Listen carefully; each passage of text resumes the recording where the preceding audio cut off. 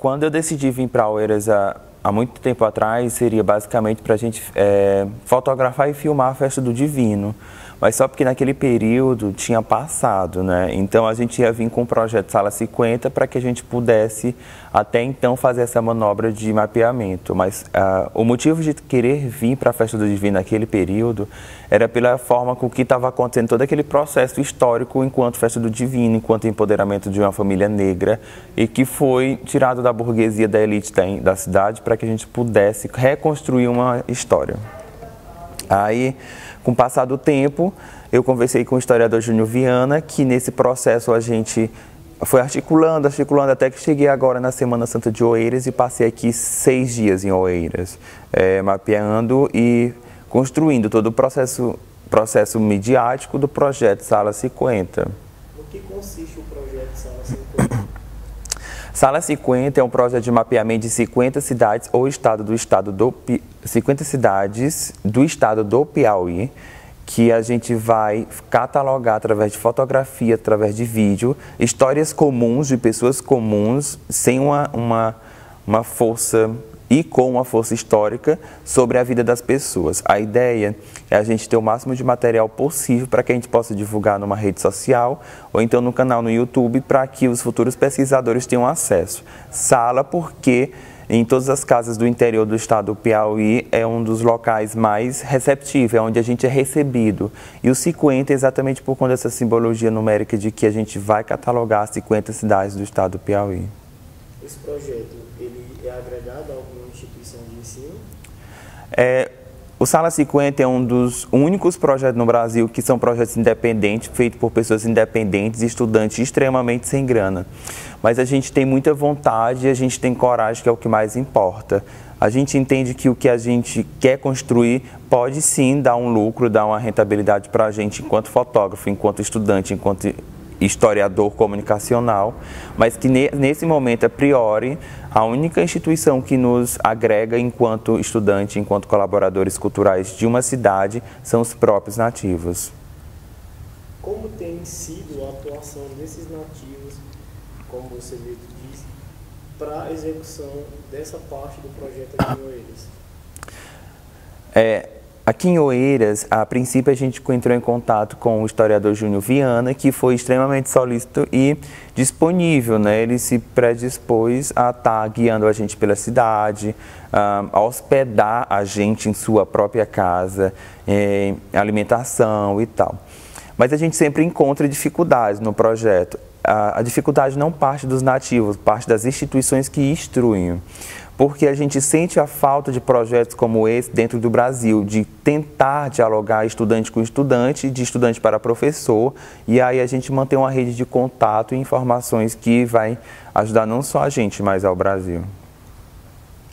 O que você tem encontrado na cidade de Oeiras que tem sido útil, o que você considera que tem sido útil na execução do projeto?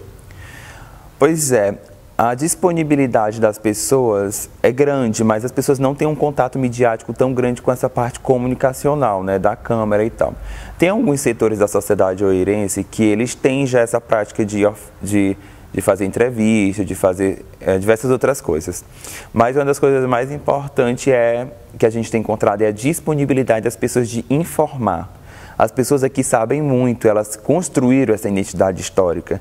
Então, não adianta falar que Oeiras é apenas uma situação histórica cultural enquanto patrimônio, mas ela é uma revelação histórica enquanto gente. As pessoas daqui, elas fazem história, elas constroem toda uma parte sensível para que isso não se deixe acabar.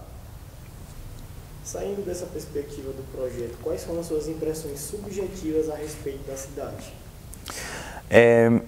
Semioticamente, que é a minha área de estudo, a gente pode aplicar de que Oeiras é um dos locais dentro do estado do Piauí, historicamente, esteticamente, mais comunicacional. Ela consegue comunicar muita coisa. Por mais que eles achem que não conseguem, eles conseguem. O formato das ruas, o formato das casas, divisões da casa, dentro da casa, enquanto compartimento, a forma com que eles colocam os objetos dentro do museu, a forma com que eles mexem as mãos, a forma com que eles catalogam essas informações.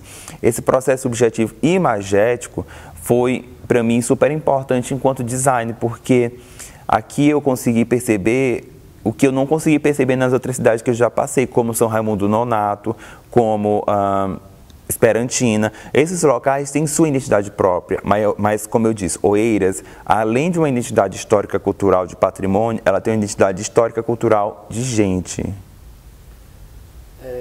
Durante esse tempo que você esteve na cidade, o que você acha que poderia ser feito, que poderia ser realizado para melhorar, aprimorar o potencial turístico da cidade, alguma coisa desse tipo? Quando eu cheguei aqui em Oeiras, a princípio, eu pensei que as entidades seriam as culpadas disso. Podem até ser, mas a priori não são. Eu consegui perceber que as entidades elas têm muita força de vontade, têm coragem e têm disponibilidade, que é o que a gente mais precisa quando se trata de uma cidade histórica e cultural. O problema não é essa micro-região, é a macro-região. Oeiras é um município de Teresina que depende da capital de Teresina, que é onde fica a sede do governo. Então, não tem como fazer nada na cidade se não tem apoio financeiro. O IPHAN tem a velha mania de catalogar as coisas e não dá subsídio nem auxílio às pessoas que eles vão lá e fazem esse tombamento. O problema maior também, além da não oferta da grana para ajeitar a cidade, é a não disponibilidade de alguns políticos grandes, no sentido de que é eles que mandam na grana. O Piauí foi cortado 100% da cultura do Piauí, então é impossível manter uma cidade histórica sem apoio financeiro.